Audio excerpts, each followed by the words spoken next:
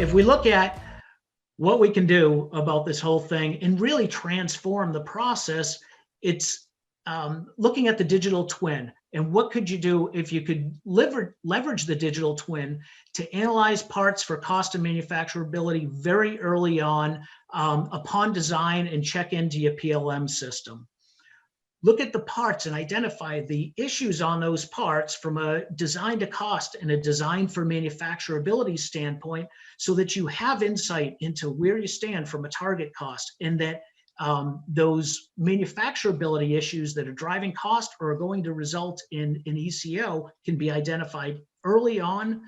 being able to highlight those features in the cost drivers and provide some guidance for how to fix them so that the designer can go in, work on just the parts that need to be addressed and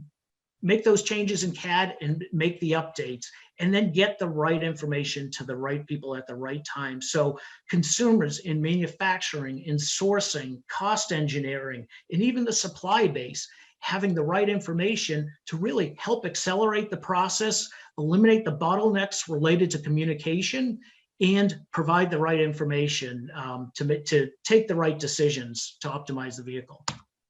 So our solution, we've seen this different presentations throughout the course of the couple of days, and really lots of traction, and really being able to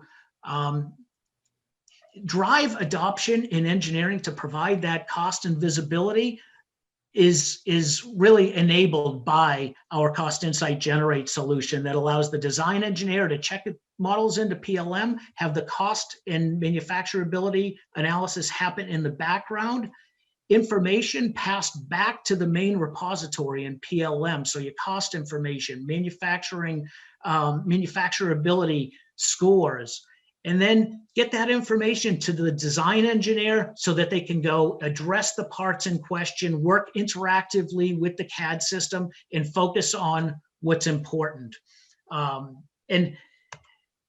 with all of that said, with the challenges of electrification, lightweighting, the need to address the compressing schedule, it's really all about embracing the digital